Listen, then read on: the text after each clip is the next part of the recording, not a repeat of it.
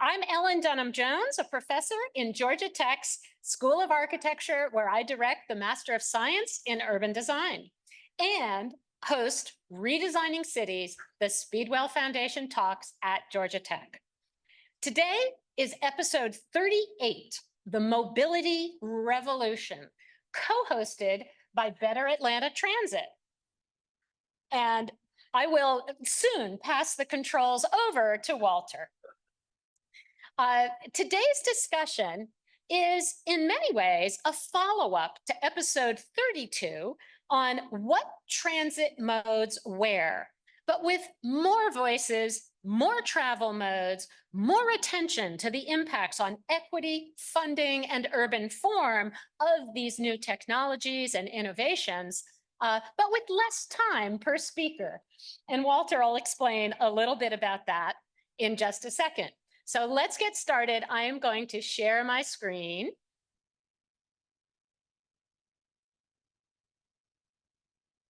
And, now I'm going to invite Walter Brown to introduce Better Atlanta Transit and today's speakers. Hi, everybody. Thank you so much for coming out. And I think it was about a 30-mile-an-hour wind when I was walking up, so hopefully it's died down a little bit. Walter Brown, president of Better Atlanta Transit. I'm going to say this very quickly. Better Atlanta Transit is a coalition of transit advocates, urban planners, business owners, and community activists who support equitable and sustainable transportation for all Atlantans. We aim to inform, organize, and mobilize the Atlanta community to influence decision makers and create a world-class transit system, something we can all agree on. First of all, welcome. I'm going to say this very quickly, and you're not going to hear from me again. Pecha Kucha, fast moving. We have 6 speakers in addition to Jeff Rader, who's going to give some opening comments. Let me just say, Ellen Dunham Jones is a rock star. All the bios are on our website, so please visit them. They're long and really interesting reading, but I'm going to keep moving on. In addition to Jeff Rader, who has a very illustrious background, former commissioner in DeKalb County. He'll tell you a little bit more about himself. Eric Meyer is here. Eric is now at the Atlanta Regional Commission, and we'll tell you a little bit about his new role in micromobility, transit planning, and so forth. Kevin Green, most of you know, is the president and CEO of Midtown Alliance. And this is probably the smallest audience he's spoken to in recent times. I saw him with about 3,000 people at Fox Theater recently. So he'll tell you a little bit about what is going on in Midtown, which is amazing. Tejas Santanam is at age 23, is amazingly talented, smart guy who is working here at Georgia Tech in systems engineering, and is also one of the principal people behind Beep Inc.'s technology, which you'll be hearing about today. And then we have Shubro, recently the chairman of the City and Regional Planning at Georgia Tech. He's going to talk. Sorry, I know. Recently, past chair for 3 years. That's important. He's going to talk a little bit about some of the projects he's been working on in sort of system-wide and on-demand transit concepts, working with National Science Foundation and other projects. We also have, fortunately, with us Deborah Lamb today. She's the managing director of Smart Cities and Inclusive Innovation for Georgia Tech. Newly created role to drive smart cities and urban innovation work across the university and beyond. She'll be telling you about some of her amazing work. And we have Mike Alexander, who is the COO of Atlanta Regional Commission. I've known Mike for 20 years, I think. He is basically in charge of everything. So everything at ARC, he's running that. He'll tell you a little bit more about that and looking at regional issues and even national issues related to transportation. Finally, Hans Klein is going to help wrap things up, do a little summation, and do our Q&A for us. So again, it's going to be fast moving. We'll start with former Commissioner Jeff Rader. Thank you so much. Thank you, Ellen, and thanks, Walter. Looking out the window and seeing the clouds roll in, if this were around 1998, I might pull out my Palm Pilot and check the weather on one of the first handheld computers that had become available newly at that time. Palm Pilots, were a revolution. And as I was the transportation policy chief at the Metro Atlanta Chamber, I said, hey, why can't we put all of the bus schedules on this so that I can stop carrying around this big sheaf of paper schedules, and that way I could get around town in a way that was impossible at that time without a very cumbersome paper technology. In 2001, GPS, global positioning systems, became available in the civilian sector, and transit systems eventually made that locational data available to the public. In 2005, Google upped the ante with Google Transit. That map would support transportation trip planning for riders. And then in 2011, that vehicle location information for transit vehicles became available through Google Transit. Today, wayfinding apps and transit agencies have made physical timetables obsolete. The location of the next bus is just a click away. Autonomous vehicles have advanced more slowly. In 1967, the London Tubes for the first time began to use driverless trains. Atlanta's Hartsfield Airport wasn't the first of the driverless transit systems on airports. That was in Tampa in 96 or in 1966. But by today, the plane train at Hartsfield carries over 78 million people a year with zero onboard staff.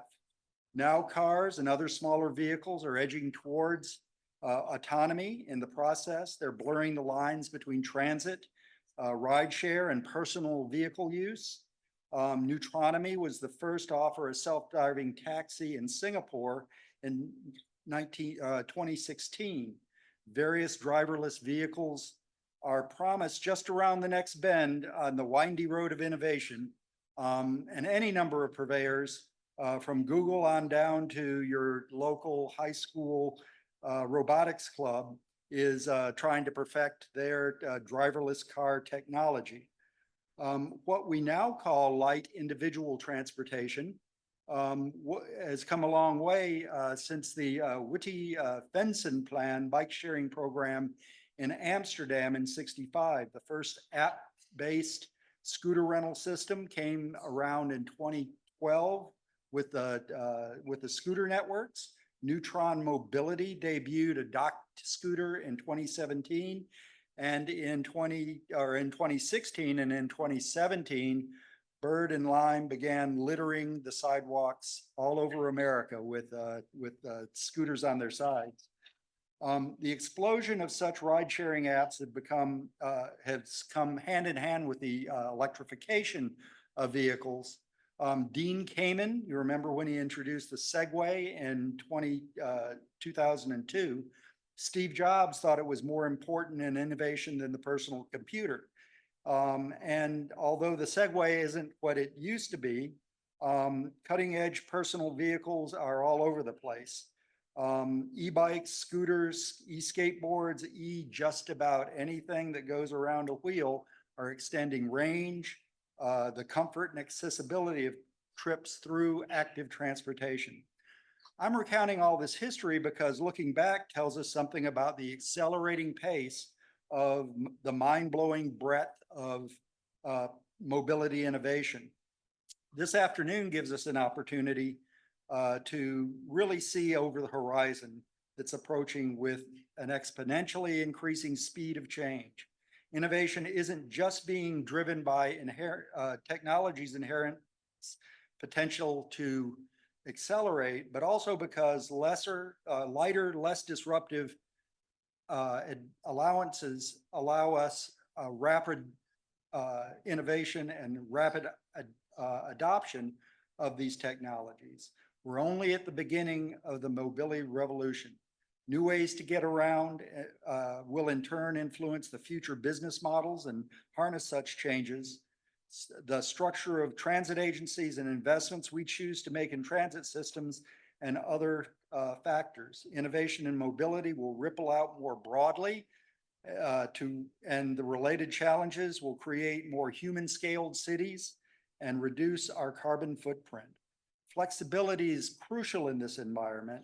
It may be useful to consider the near-term adaptable, widely accessible, and accurately targeted improvements that serve the needs of the traveling public quickly and opportunistically.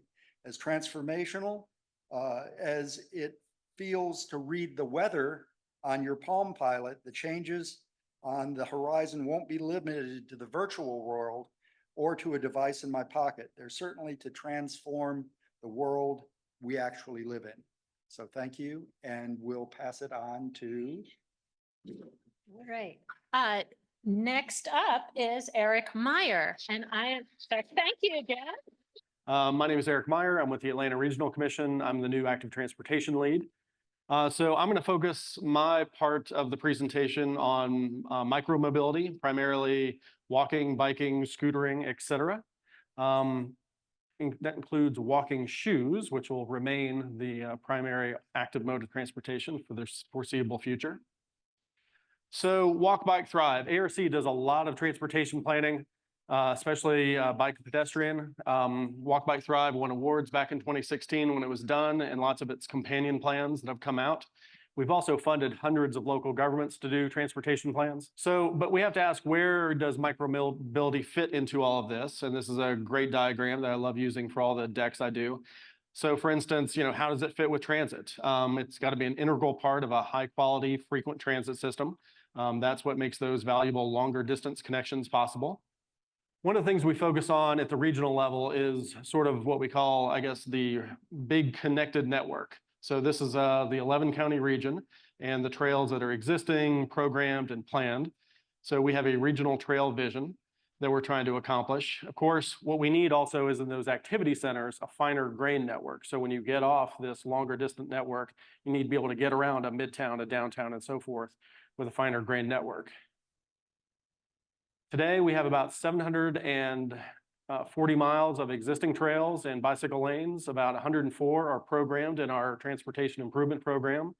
And we have a bananas number, over 4,000 miles of planned trails. In our 2050 Metropolitan Transportation Plan, we have $4 billion programmed for active transportation. And in our shorter range TIP, it's over 600 million. So ARC is committed to expanding safe facilities for folks to walk, bike, scooter, et cetera. So those facilities are great. We love to see those happen. We love to go to those ribbon cuttings, add to that mileage all the time. But speed matters, speed kills. So we need to do more to make some of our existing roads safer. So the distribution of safety risk is disproportionate, even though walking and biking only make up 5.3% of all trips. They make up 18% of all roadway crash fatalities. And you can see those fatalities and serious injuries are not spread evenly across the region. There's definitely an equity angle to this. Addressing safety and risk is something we need to do for just all lives, but definitely as we try to pursue a more equity-focused agenda at ARC, that's a critical component of our agenda. So 2% of all trips in the region are transit, 5% are walking and biking, we round it up. And again, you can see that sort of propensity for walking, biking, and transit is not evenly distributed across the region. Areas like downtown, midtown, perimeter center, Marietta, Noonan have a higher probability and propensity for capturing more walk, bike, transit trips. We can do better. A lot of the times you hear folks joke about, thank goodness for Mississippi. In the case of active transportation, it's thank goodness for Texas and the Southwest. So we're at 4.7%, and you can see we have a few folks who are beneath us, but you have still many American metropolitan areas that have far surpassed us in terms of a mode share for walking and biking. And then when you look at more internationally, you can see that lots of places have surpassed us internationally. And when they've made efforts to expand their networks and have better policies, you've seen places like Copenhagen go from 25% to 38%. Even Portland in 1990 to 2008 from 1% to 6%. So we can and will do better. As a good Georgia Tech engineer myself, I would be remiss if I didn't point out that walking, biking, and transit are better uses of our right-of-way. So much more efficient use of that space to move people per hour. All right, I'm shifting gears pretty fast in the deck. So that was my general walk, bike, thrive, ARC transportation piece. This is e-bikes, e-bikes, e-bikes. The city of Atlanta decided to put $1 million into an e-bike voucher program. ARC is administering that program. It should start this spring and create about 800 vouchers. I wanted to say a few more things on this. So it's going to be 75% of the benefits will go towards income qualified applicants. So they'll receive $1,000 for a regular e-bike and $2,000 for a cargo bike.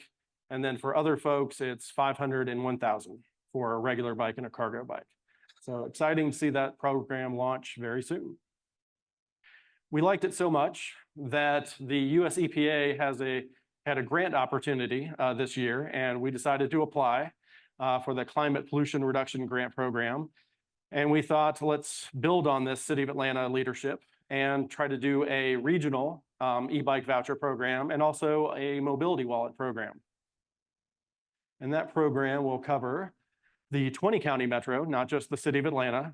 And we asked for enough funds to do 20,000 e-bike vouchers. So that's a fair number. And we liked it so much, and so did others, that we partnered with Savannah and Chatham, Athens Clark, and Macon Bibb. So they're all in on this with us. So it's a statewide application to get e-mobility pushed forward in the whole state. The other fun part is the mobility wallet. We really took inspiration from Martin Luther King Jr. and his talk about guaranteed income, and also a program they're doing in LADOT on a mobility wallet or universal basic mobility. And so we requested funds to do 6,000 mobility wallets as part of this program. So I'm going to use 45 seconds of my precious time to invite you all to watch some recent video footage of Peachtree Street in Midtown. Jesus.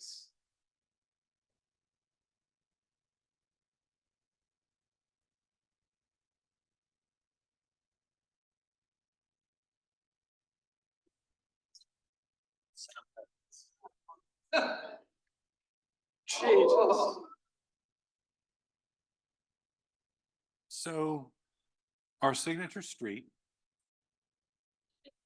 one block away, we're in the process of re-envisioning what an urban street network should look like, with particular emphasis to Peachtree Street. Obviously, what we have today has not slowed us down any. I counted 5 cranes. There's some that way, there's some that way, there's some that way. 8.6 or $8.4 billion in new development just since 2018, which you can't really see there. That's 6 years of development in 1.2 square miles of our city. So it's not slowing us down, but I would argue we're not set up for long-term success. When you've got your signature urban street that's accommodating cars going 50, 70 miles an hour, that's not a sign of success, no matter how wide your sidewalks are. So the video footage I showed is not an anomaly. It happens. We did some speed studies as part of our Peachtree re-envisioning, and we just took a random Wednesday. We measured 2 points. 50 cars were going over 50 miles an hour, 20 cars were going over 70 miles an hour. That's just in 2 points on Peachtree Street. So what do you do to fix it? It's not speed limit signs. People don't pay attention to them. It's not enforcement. You can't camp Atlanta Police Department out on every corner to catch speeders 24/7. There's no such thing as automated enforcement in Georgia. We've done what we can on signal timing. What is it? It's street design. It's really fundamentally rethinking the design of streets that right now allow people to feel like they're okay going 50 miles an hour on an urban street. So you could basically take our entire philosophy on this topic and encapsulate it in 4 words. It's happy people on foot. Because basically, if we really orient our transportation network to put the pedestrian first and to accommodate what they want to do, the rest really does follow. And the good news is we asked you and you feel the same way. We do a community survey every 3 years, this time we had 3,300 respondents to this particular question, and they say, yes, put the pedestrian first, overwhelmingly. And each of the 3 years, these numbers don't change but a percentage or two, except when people are pissed off about scooters, and then their scooters are back up on top.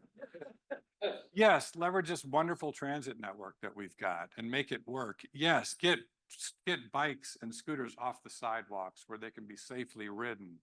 And let's create a network where cars are a polite guest versus overwhelming the network. And that's what you want to see. Unfortunately, the current transportation network really doesn't answer to those core values. This is 13th Street and Peachtree. That is not the posture of somebody we want crossing the street. It looks like we should put them in a track outfit with starting blocks to get across the street. We have since put a signal at 13th Street and it's just on the burn-in period right now. This is also not the posture of pedestrian like to see on West Peachtree Street in this case. We've got long, wide streets. Many of them are one-way streets. You could take, if you took all the miles of lanes, single lanes in Midtown and stretch them together, they'd be over 70 miles.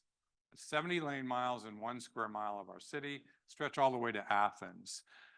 We're in the process of doing projects that repurpose some of these lanes. So far, we've done them on one-way streets.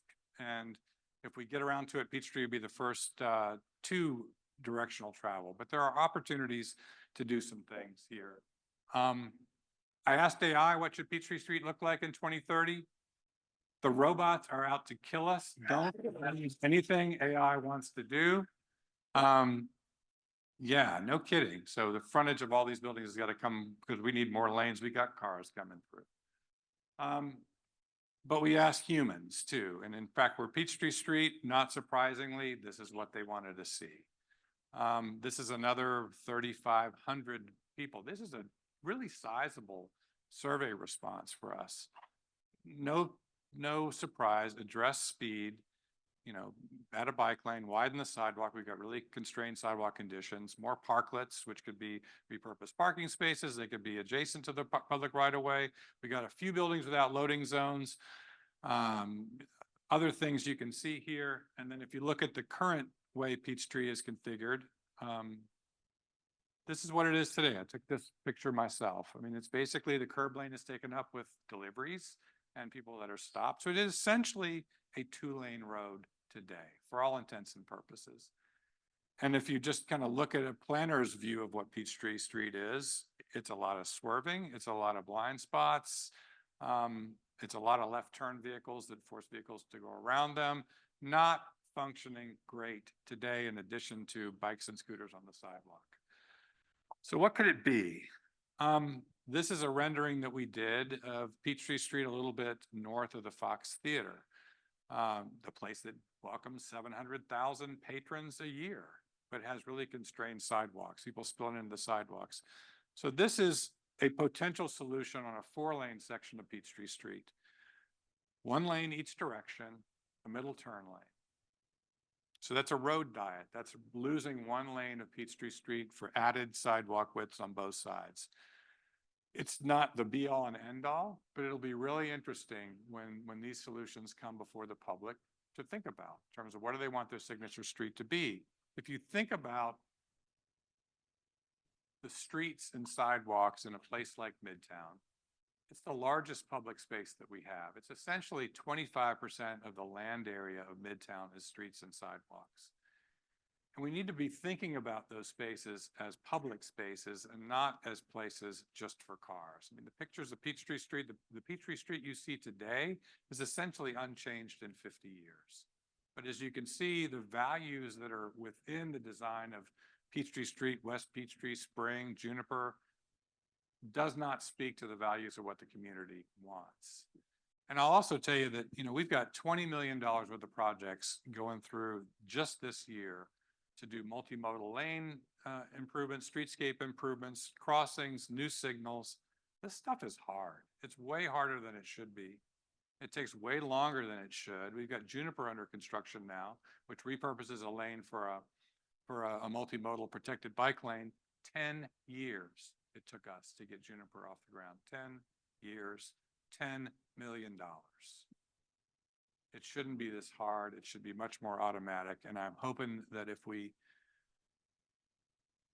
think about these opportunities the right way, and that we've got to really live with the conclusions of the decisions that we're making, we're going to make much different decisions as we move forward. Thanks. Hey everyone, I'm Tejas. I'm a research engineer at Beep. We're a company that enables autonomous mobility networks. And today I'm going to talk to you a little bit about autonomous shuttles. And so the autonomous shuttle is really this nice tool that addresses the proliferation of single passenger vehicles, but also the high cost that's sometimes associated with the higher capacity vehicles in public transit systems. Now, autonomous shuttles really help to provide these on-ramps to public transit and also address the urban gap that lasts between trips that are too far to walk, but maybe too close that you don't want to hop on another form of transportation, right? And at Beep, we connect different types of communities, public communities, private communities, campuses, so on and so forth. At Beep, our strategic focus is really in a few cases. One is this idea of first last mile mobility that I mentioned. Second is that shuttle form factor, half the size of a 12-meter bus, 100% electric, ADA compliant shuttles, right? And we deploy these in geofence constrained, lower risk environments, and then slowly scale up from there as the technology and as the confidence improves. Now, with autonomous shuttles, the primary focus is reducing congestion while simultaneously driving better system and better transit outcomes. We can do this by enhancing mobility access, prioritizing safety, not just in the driving function by reducing human error, but also by providing a safer passenger experience that I'll talk about in a sec. We can also improve on how we handle environmental outcomes, reduce pollution, both of the noise variety, and then also reducing our fossil fuel emissions, because like I mentioned, we have electric shuttles. Now at Beep, we've been fortunate to deploy in over 20 sites across the country, 9+ states, coast to coast, and in Hawaii, working with different levels of government, local, federal, you name it. We've also had the good fortune to deploy here in Georgia, both in the Cumberland CID and also up in Peachtree Corners, which we had the first autonomous V2X deployment in US history. Now, autonomous shuttles are really lightweight, right? They don't require a lot of fixed infrastructure. And so you can use these in the Atlanta area. In a lot of cases, you could throw them on the Beltline. You could, have them going around Pond City Market. You can put them on a campus like Georgia Tech. You can put them at the airport and go from terminal to terminal, right? The possibilities are endless. Now, speaking of Georgia Tech, we've also worked with the MS Analytics program here to have students build computer vision models for things like identifying medical emergencies, weapons, uncivil behavior, largely for the reason that safety extends beyond the driving function, right? We need to do everything that the bus driver does that's not driving the bus, and it's important that we think about all of that as well. Now, we've also partnered a couple of floors up with AI for Opt and Dr. Pascal Van Hentenrijk, who was my advisor when I was a student here, to look at fleet scale routing, scheduling, and simulation of these systems at scale. We don't have 1,000 vehicles that we can put on the road today, but we can see what those scale deployments look like thanks to our work with Georgia Tech. Now, speaking of scale deployments, there's a few key considerations that we need to look at when deploying this kind of system. One is the technical aspect. What vehicle form factor are you using? What ADS, what automated driving system software is powering that? As I mentioned, these are electric. Where are you putting your charging infrastructure? Are we doing V2X? Do we need dedicated lanes?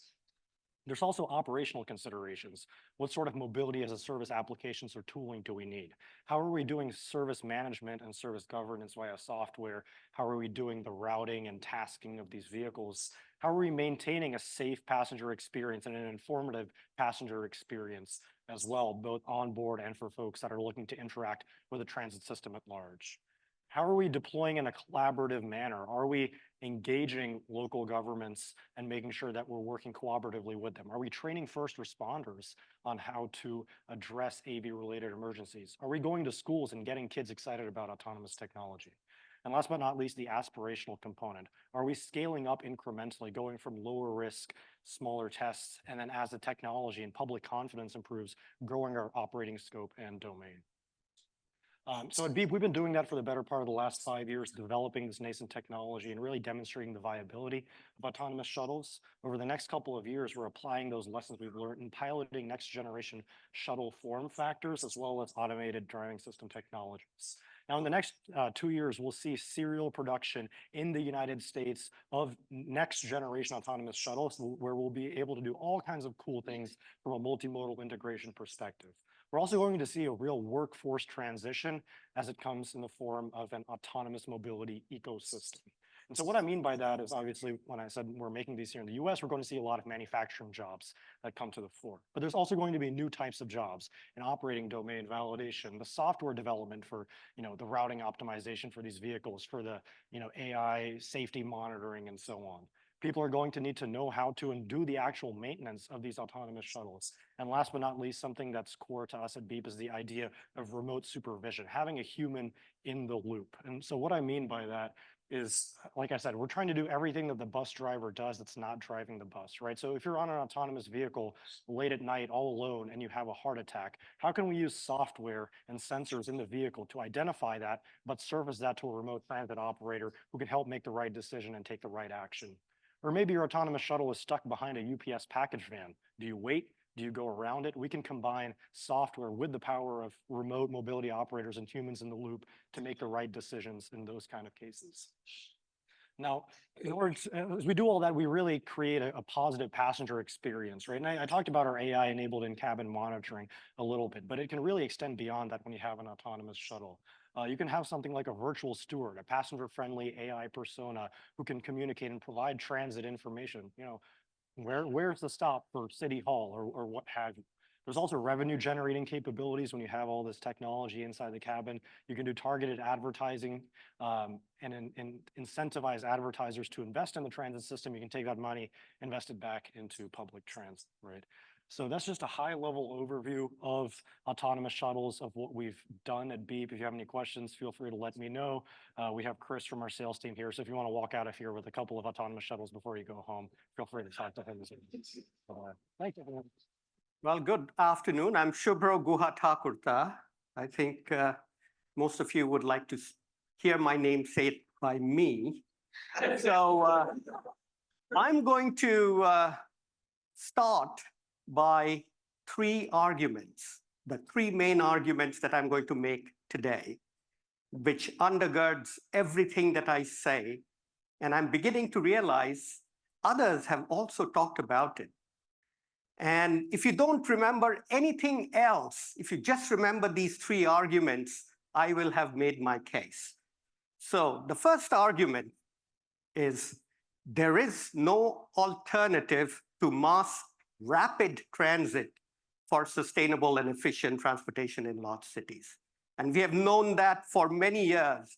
Decades of research have gone into figuring out, new mobility technologies, flying cars, connected vehicles, automated vehicles. You can think of all the different technologies, but this is still true, that mass rapid transit is essential in large cities. Second argument, new technologies that make a difference will be novel integrations of on-demand mobility with rapid transit.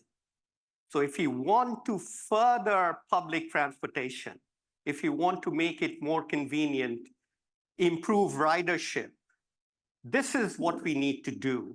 And one thing you have to keep in mind, when I talk about on-demand mobility, I also talk about the device that is most on demand. And what is that? Our 2 feet. So we cannot forget that walking is one form of on-demand mobility. And we have to make sure that we allow for that as well. Third argument, we need to change our mindset to think of our streets as an integral part of the public realm. Streets are not just networks for mobility, not just spaces for cars. They are an integral part of our public realm. And what is a public realm? And I have a wonderful quote from Richard Sennett. The public realm can be simply defined as a place where strangers meet. That is a place where we go out to be seen, to see others, to meet strangers, to saunter, to experience the outdoors, to experience the built environment. So we have to think about streets as a public realm. And how do we make sure that our public realm is protected in a way that also enhances our mobility and our quality of life? So those are the three main arguments I'm going to make throughout this presentation. So from the 1940s, this equation has not changed. The math endures, right? When we talk about public transit and streets, there is plenty of street space for all people, but not for all vehicles. And we have to understand this, regardless of how much more streets we create, we design, more roadways, we will always come up with this one mathematical reality, is that there will never be enough for all cars, but there will be enough for all people. But transit that is slow, infrequent, inconvenient, unsafe, uncomfortable attracts few riders. And we know this from many years of research. We are talking about light rail systems and other kinds of systems. Light rail systems have not caught the imagination of people. They work in some places, but in most places, they don't work as well because they are slow. And public transportation systems that cannot compete effectively with the speed of cars are not going to catch on, particularly in the United States. And we have to figure out how to move people quickly, safely, conveniently, and more comfortably. And then there is this first and last mile problem, because there is another map which is enduring. We cannot change that map. And that map is that if you want to have a high-speed system, you are going to compromise on accessibility, because you cannot have stations that are close by, and your stations will be further separated, and therefore you have to figure out how to connect them better. And therefore, we have to solve the first and last mile problem. So this is where some research that we conducted, and this is also with my colleague Pascal Van Hentenryck. He and I, we had a project on on-demand mobility a few years ago, which was funded by the National Science Foundation. Tejas was part of that team as well. And we were trying to design this on-demand mobility system that would connect the high-speed transit system in Atlanta with on-demand shuttles. And what Pascal's team was able to show is that you can have this system which would have as many shuttles as you need to connect to the high-speed line and provide better, faster transportation at a lower cost than what MARTA would be spending now. So this can be done, and we have shown that this can be done. So this is what the system looks like.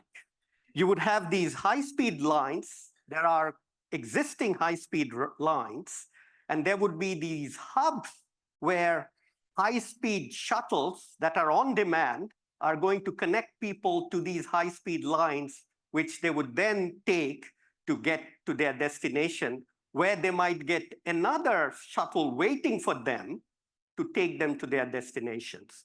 So this is how an on-demand service which connects to a high-speed line might work. So the next project that we did together was the MARTA REACH project. Many of you know about the MARTA REACH project, and NSF was so interested in our on-demand work that they wanted us to demonstrate it. So we worked with MARTA to have these shuttles, and we deployed it in 4 communities. You can see that we served about 7,580 total trips.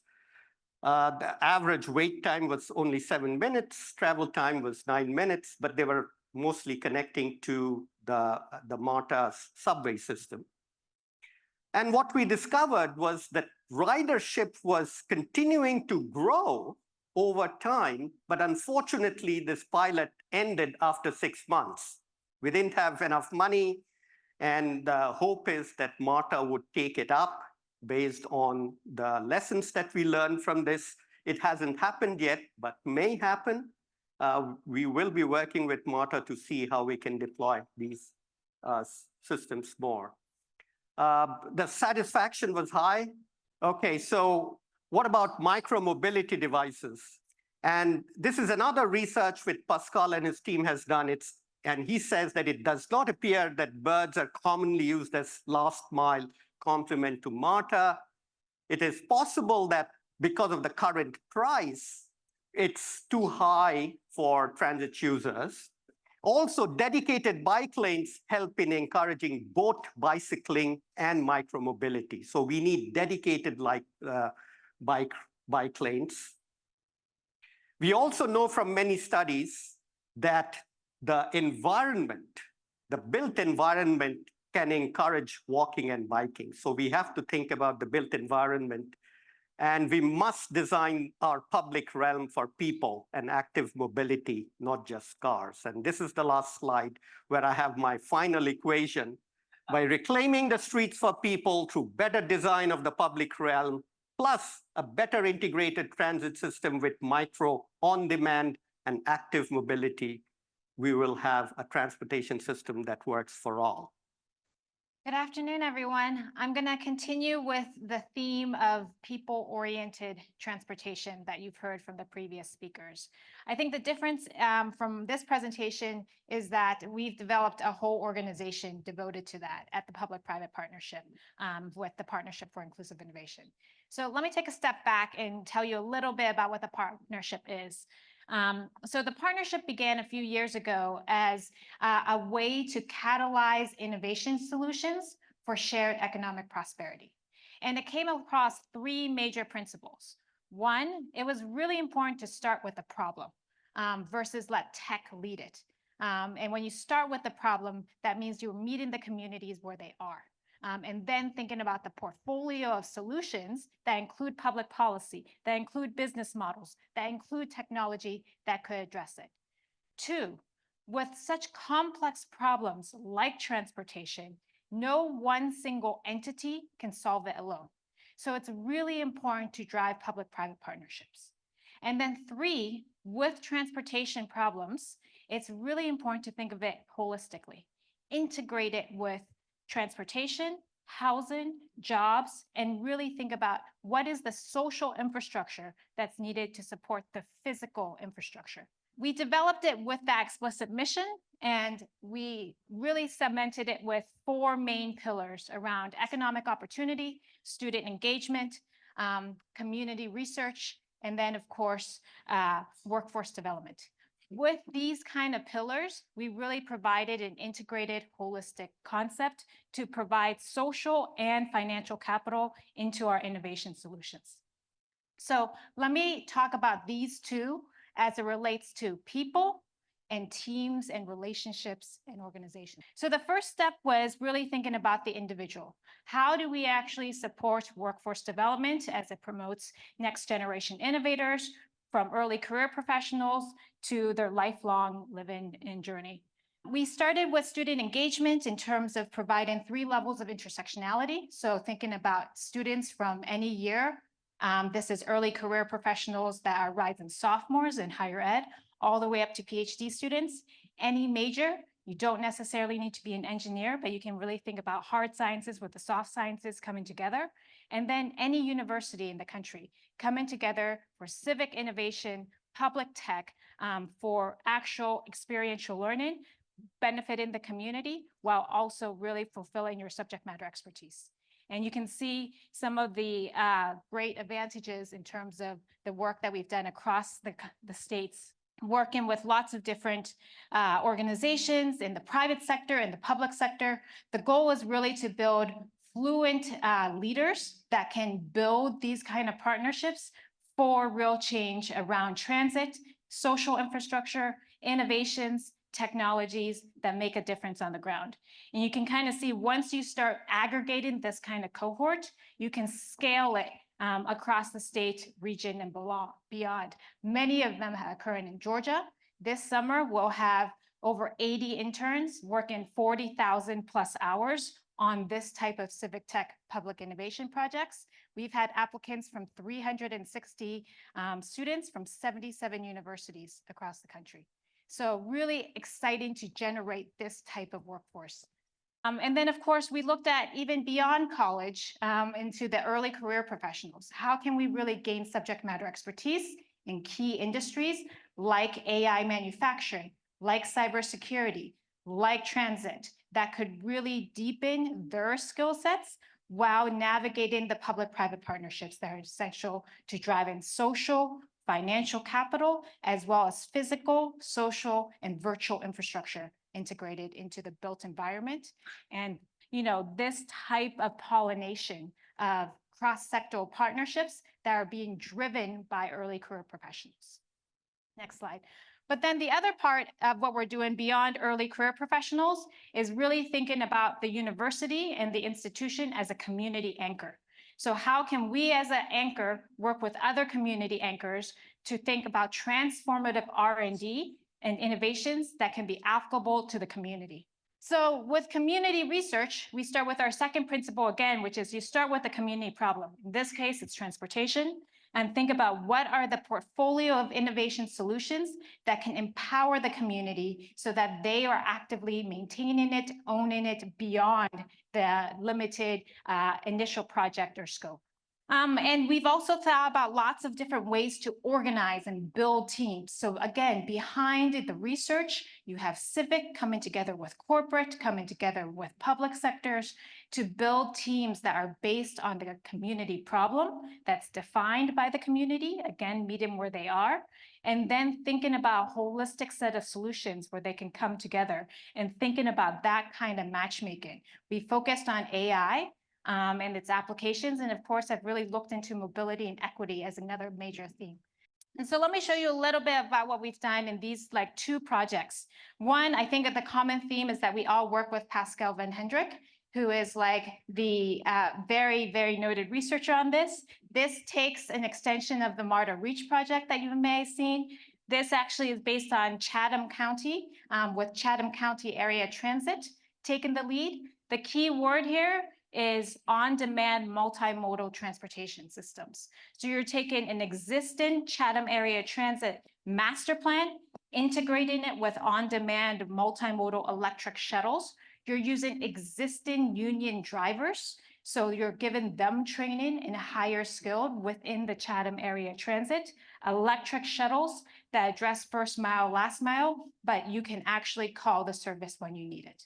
So it's been pretty remarkable. The pilot started a couple weeks ago, and we're seeing a lot of ridership that's happening in the historically disadvantaged neighborhoods. But then let me circle back here in terms of what's happening locally. So this is a project that we actually funded with the city of Atlanta, includes MARTA and two other universities, Georgia State and University of Massachusetts Amherst, along with Propel ATL, that looks at trying to understand the physical infrastructure first, and the existing needs of the community, and then thinking about a lot of different ways to address that built environment with technology, coupled with the existing master plan with Vision Zero.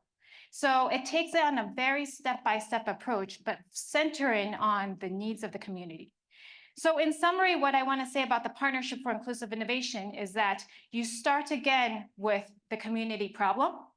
Think about how best to empower the community, one. Two, know that it has to be built around public-private partnerships, especially in terms of nurturing and supporting the next generation innovators so that they're naturally part of this project at the very beginning and can be in a position to drive that. And then 3, really think about transportation holistically with jobs, with homes, so that it really makes a difference. Thank you. How many of you do not like traffic? Raise your hand. Raise your hand, be honest. You hate traffic. All right, you are the traffic. Right? And there's a fundamental idea there that about a quarter of a century ago, the ARC started repurposing classic transportation funding dollars and created a planning program called the Livable Centers Initiative Program. And we got rolling. And now we've done over 300 studies of various forms to help our communities, over 125 of those communities, become more walkable, less auto dependent, right? Better places for people to live. And really, I became a regional planner because I loved looking at that scale of planning. But as I've watched this work evolve, I love this idea of micromobility, because we've gone from this mega scale that really wasn't focused on people to a scale now that everything you've heard tonight is about really helping people. This idea is so fundamental for us that there are multiple places now where I get to look at buildings like this and know that those transportation dollars actually help those buildings get built. And those buildings are located at MARTA heavy rail stations. And I wrote something that I really like right now. The MARTA heavy rail system is the unicorn of our transportation infrastructure here in Metro Atlanta. It is so hard to build heavy rail in this country now, especially new heavy rail. It's just not happening. It is the most valuable resource we have. Where we've gone with the planning now is to understand we want to take and value those centers of those stations more than anything else. And that those stations now are becoming real places, community centers themselves, right? Think about moving in the Spirit if you haven't been there, right? At Edgewood. There's a reason to go to the station itself to play soccer at 5 of the stations, which is something that I think we should all take a lot of pride in. But those centers need to be connected. So I asked the staff and we started goofing around and we did what Kevin did. We asked Dali to address 3 things for us because this is where we're going, right? We are working a lot on housing at the ARC. We are working a lot on energy now at the ARC and climate change. So our idea is to create micro communities that connect to those core centers. And here's the key thing for me, that are energy independent, right? And I can tell you the demand for energy just from the data centers is going to bend the curve of our energy needs in this state already, right? And it needs to be supported by microtransit. And so we generated this image. What I love about this is there isn't a space for the automobile. Now, the value as a mobility option of the automobile is undeniable. Nothing has made us more productive in America's industrial development than electricity and the combustion engine. But we recognize the limitations of it now, and we need to start thinking about spaces in a different way, right? And so the other thing that we've been thinking a lot about is we need to build a lot of housing in this region. And the trend is actually to still build bigger housing with falling household sizes. More bedrooms is the biggest trend in the housing market that we track in our own data. But at the same time, the demand for smaller housing seems to be very popular. So Dali actually responded pretty well to us when we thought about what that could look like. As a planner, do I think this is ready for prime time? No, but it's an idea. And that's the point of the ARC is I try to say we need to own the future and push ourselves in the way we think about what that future can actually be. We have a technology roundtable every month where we bring people together to think about things like this. So I'm going to go quickly from here on out because we had some fun with this. This is a very non-Mike Alexander presentation, if you know me. And so originally, Eric knows that I had the obligatory slide, right? But I want you to recognize, I like the scale of these vehicles. If we're talking about micromobility, thinking about vehicles that fit in communities literally by the size themselves is going to matter a lot, right? I recently learned from some people at Georgia Tech that often our delivery vehicles on local trips are only at 30% capacity. This type of vehicle makes a lot of sense if that's the case, right? And I have been unbelievably happy to watch our smaller cities across the region leverage their LCI studies to develop ideas to create community spaces. We haven't counted all the amphitheaters that have been built across our region, but almost all of our cities now have an amphitheater space, and we've got to get to the scale where we recognize and value every community and space and leverage it to make sure we're doing everything we can on the energy side and the technology side, right? If we can take care of a simple place like this and value that, we're going to be doing great planning across the region. And then we had some fun with this idea of climate change, right? As temperatures increase, we know we're going to have to adapt, right? And so we had Dolly reimagine this. So we asked Dolly, what should we build to help people in real heat extreme events? And it came up with this. And that doesn't look bad for Mike Alexander, to be honest with you. Let's click to the next slide. And, you know, the only thing newer in the world is the history you don't know, right? Harry Truman. So this idea of actually using solar to heat water is coming back into fashion again. We used to do this actually. And then here's Tesla's current power wall. But this is the reason why I went in a different direction, Eric, when you click to the next slide. This idea that we can actually turn cement into energy storage, I think is one of those things that I just love. Right? If we're really going to leverage technology at a scale like we're talking about tonight, I think this idea of cement batteries is going to be absolutely valuable. Is it ready for prime time again? It is not. But it's an opportunity, I think, that works at scale to provide a different type of environment for us. We think a lot about stormwater at the Atlanta Regional Commission, right? Managing and capturing stormwater is a high priority for us, and building and getting to a place where we're comfortable with modern systems and repurposing water in better ways. We're doing well, but we're going to have to go to the next level. And I absolutely love this. If you're like me and a lot of people in the room and you're an avid cyclist, you know the Netherlands is on a different plane right now. And so as we think about our infrastructure and build that regionally connected trail system that we will complete in our lifetimes, we're going to be looking for these types of models to go to the next generation of infrastructure. The obligatory shuttle, right? Beep is here tonight.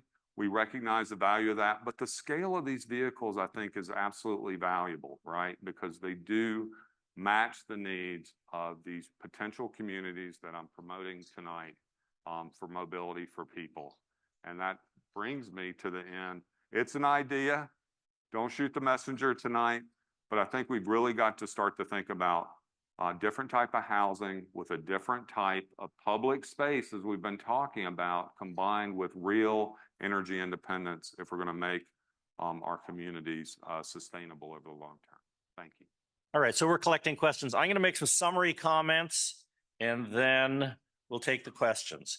So this is a little bit on the fly, but we heard, remember the theme of our work here is the mobility revolution. We're looking at new technology, new programs, new innovations in the field of technology. We started out with Jeff Rader. He talked about the rapidity and diversity of technological change and how we have to cope with that, how we've gone from the Palm Pilot to GPS to driverless transit to self-driving cars. And what that means, with so much change going on, any plans we make for transportation, we have to accommodate that change and remain flexible in our choices of technologies and in our commitments to programs. Next, we heard from Eric Meyer. His focus was on micromobility, on walking, on biking, on scootering. The most important transportation technology we have is still our feet and our shoes. And we heard other people say comments to that effect as well. And we're taking that focus on he's taking the focus on micro mobility to regional planning, where we look at regional trails covering long distances, local trail networks, where you get off and are more connected with the local neighborhood. He talked about the danger of speed and automobiles and the dangers that can pose to micro mobility. And he followed that with some specific descriptions of the e-bike programs that are taking place, which was news to me. These are just amazing to me. $1,000 subsidy for an e-bike, $2,000 subsidy for a cargo bike for people who are economically disadvantaged. It's less for folks who can go out and buy it. But these very notable programs funded, at least in part by the US EPA, where we're seeing expansion from a citywide program to a regional program to a statewide program, 20 counties in the region, 20,000 bike vouchers being made available, Atlanta and the region partnering with Savannah and its region, Athens, Macon, and those regions. So there's, to my mind, quite remarkable. It's great to see stuff being implemented, programs being implemented in this field of micro mobility and non-automobile traffic, in this case, e-bikes. Kevin Green gave us a focus on Midtown, making Peachtree and surrounding streets better, make it livable. Our signature street has some amazing accidents. Crazy video. I hope that video will be up on the website. I want to look at that again. But the alternative to drag racing and crashing on Peachtree is happy people on foot. Put the pedestrian first. Let's make that our focus on Midtown. And frankly, in any city. So that means bike lanes, lower speeds, broader sidewalks. I noticed a heavy use of sharrows in some of the images, slowing down the vehicles, making it available for bicycles. Tejas talked about the autonomous shuttles that Beep is doing. Again, what's so great about this isn't early stage R&D. These are things that are happening. It's so great to see field tests and commercial deployment of these technologies.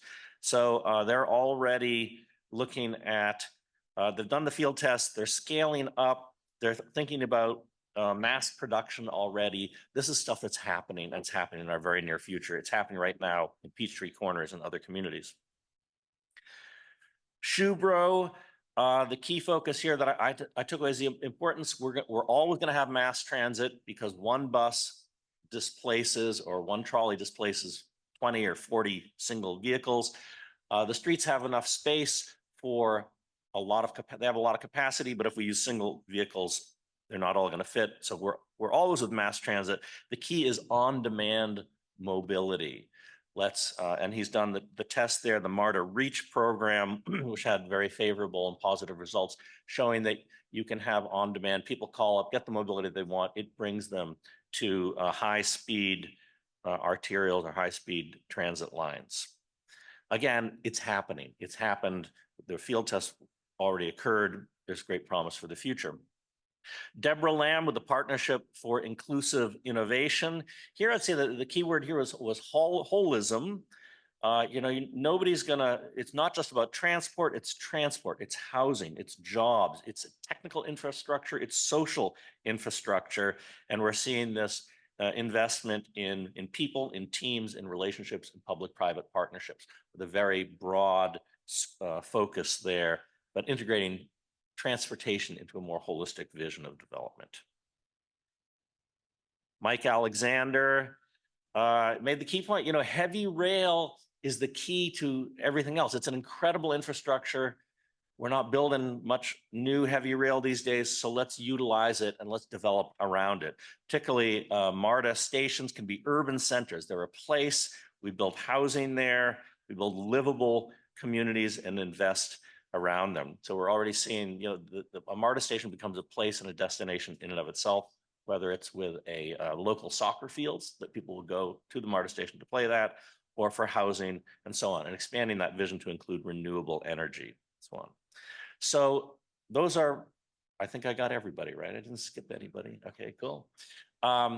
Again, the key theme is we are in a period of incredible change, incredible innovation, and it's being deployed, it's being implemented, it's there now, and it's only getting bigger and better. So my takeaway is enormous optimism about what I'm hearing today and a really exciting future that's happening in the field of mobility and mobility integrated into this holistic view of the larger society. For Kevin, how does a road diet on Peachtree Street accommodate delivery vehicles and Uber Lyft drop-offs? Don't think of it being a one size fits all. Different blocks of Peachtree Street need different interventions. You're right. There are some very few buildings on Peachtree Street that don't have off-street loading. What we've experienced those is even those that do have off-street loading and service bays, they still have delivery drivers stopping on Peachtree Street because why wouldn't you? It's not enforced. It's more convenient to get to the front door. And we also understand that on-demand transportation includes Lyft and Uber and others. And so we understand that those are going to need to be accommodated, but the entire curb lane does not need to accommodate deliveries of people or goods. All right. So here's a question for anyone. How do you overcome so-called old school transit engineers at MARTA to implement beep on the Beltline instead of light rail? You know, with all due respect to MARTA engineers. So that's a beep question. Thank you. I think it's a lot less of overcoming old school engineers. I think it's a lot more of demonstrating, right? I mean, I myself, you know, there was a period pre-beep in my life, right? And when I first rode a beep shuttle, just the fact that it could move on its own and, you know, I didn't have to sit there all white knuckled and, you know, scared to death was a pretty impactful experience. And I think, you know, anyone who has ridden beep can really see the potential of that technology, right? It's something that really has to be shown and not told.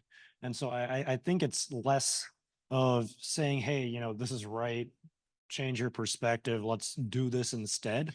But if we can, you know, bring them out to deployments, have them write it, or you know, use technology, maybe some high quality digital twins, and really simulate the service down to a granular level where they can see the impacts on every part of the ecosystem, right? Then I think that's something that perhaps may change their mind. All right. Here's an ARC question. Can we expand Breeze Card to provide incentives for scooters, e-bikes, shared Uber, and so on? That's a great question. Thank you. No, you know, we have participated with all the transit services over the years to try to help get to a unified fare system. The Breeze Card, I think, has been really a good service for us.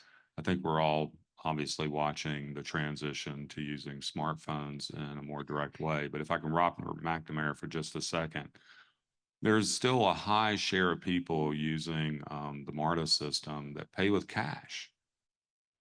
And, you know, our transit services have a core responsibility to make sure they're providing the service to everyone. And if they're using, if people are really in a place where they're still using cash, then we have to accommodate that. So there's still these larger issues, I think, about how we're providing mobility to people, especially low-income people, for work. And where we're really at now at the ARC is, you know, the fare media matters a lot, but making sure our essential workers that aren't commuting during the 9 to 5 period, have ways to use transit to get home. And there's a lot of conversations I think we still need to have about that.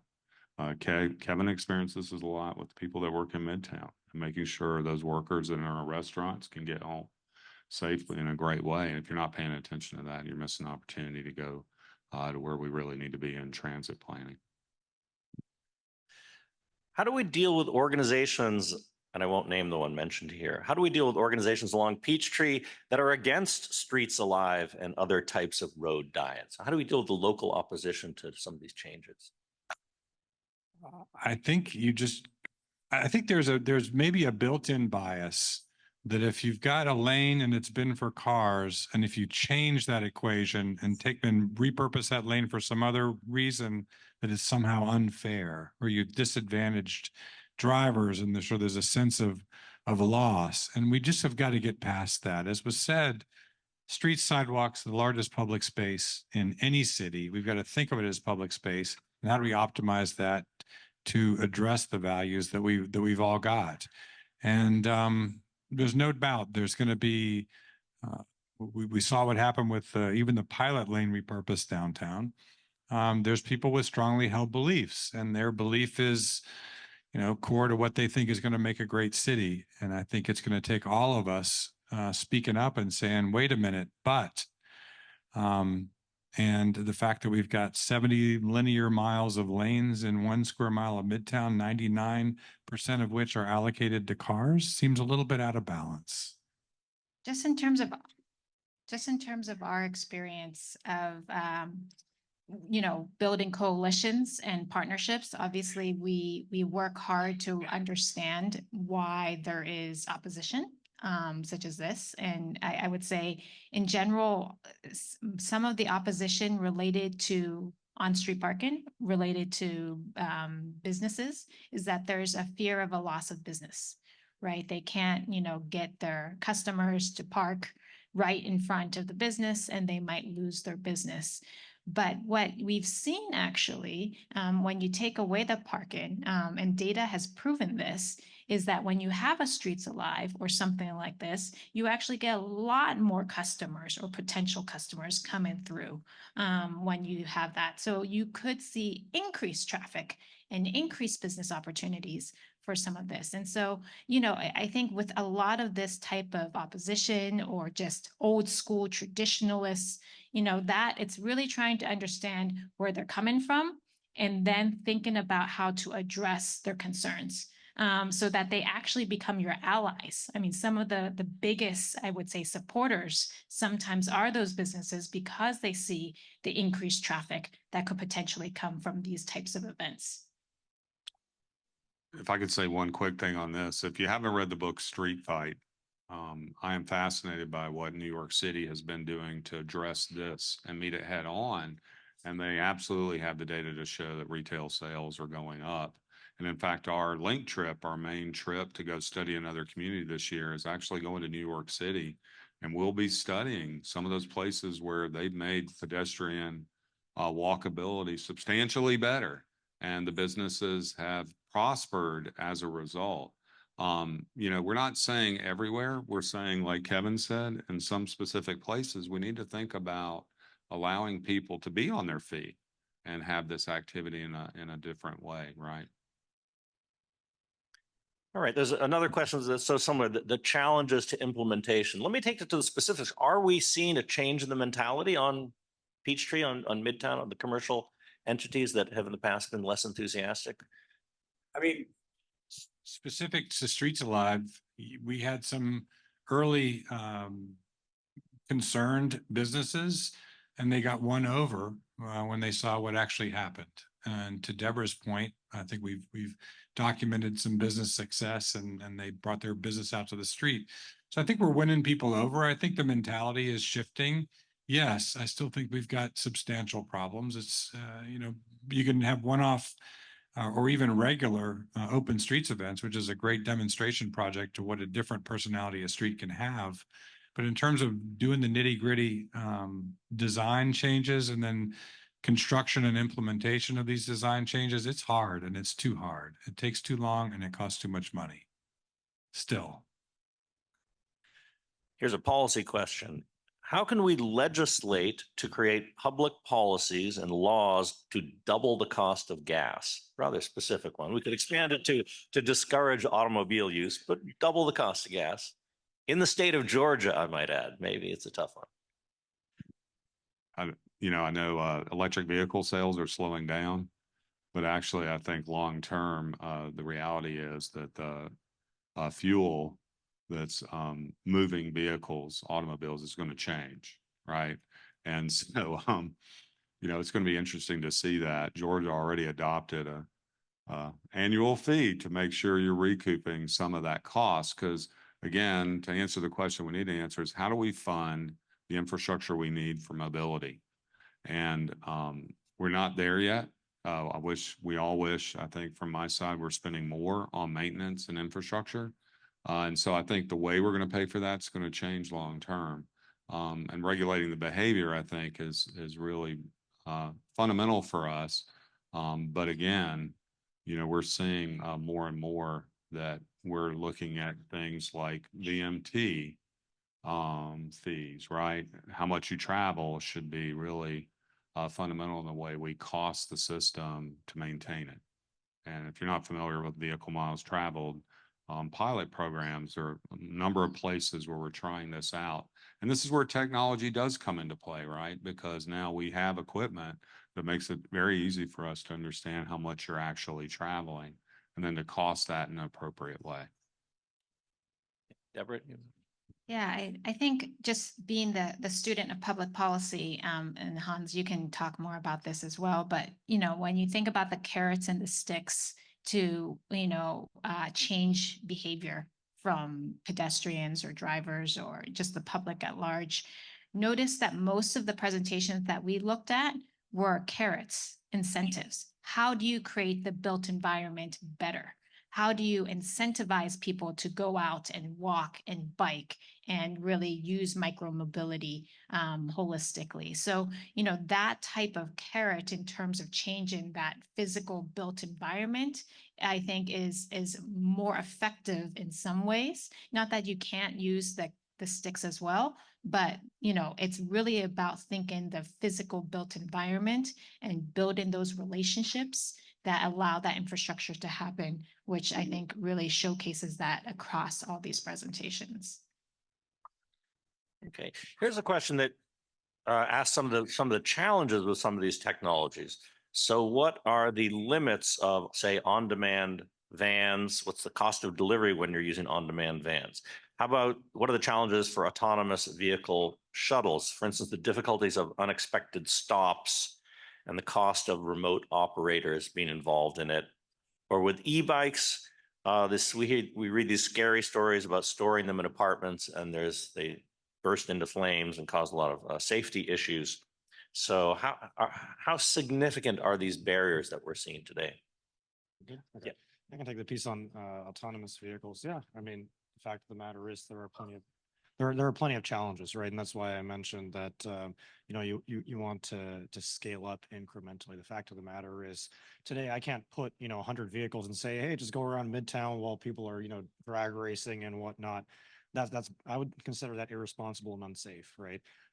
Because the autonomous vehicles and the automated driving systems can't fully handle that on their own today because there's a lot of chaos out there. Now they can handle a lot of great situations, but that's where it comes in. With time, that some of the technology will improve, and B, that's why at Beep we believe it's key to have that human in the loop and that remote mobility operator who can help with that decision-making process, who can help with some of those difficult, tough to solve scenarios where you can automate 95% of it, but for that 5% of like totally random chaos, you can still be confident that there's a human touch and that there's the right decision being made. In terms of the cost of that remote mobility operator, I think it's really something where today we have people who, drive the bus, operate the train, whatever, right? I think it's like an upskilling and pivot of those jobs. So you keep the people and then you train them on these systems, you still keep them there, right? So you still keep all this union labor, but then you build it also around the idea of these autonomous shuttles, and you kind of with AI enhanced software and whatnot that we're building. You turn it from one person driving one bus, perhaps, to someone who can simultaneously monitor, 4 or 5 different vehicles, and then like the software system can alert them to specific vehicles where they may need to step in or where they may need to have input.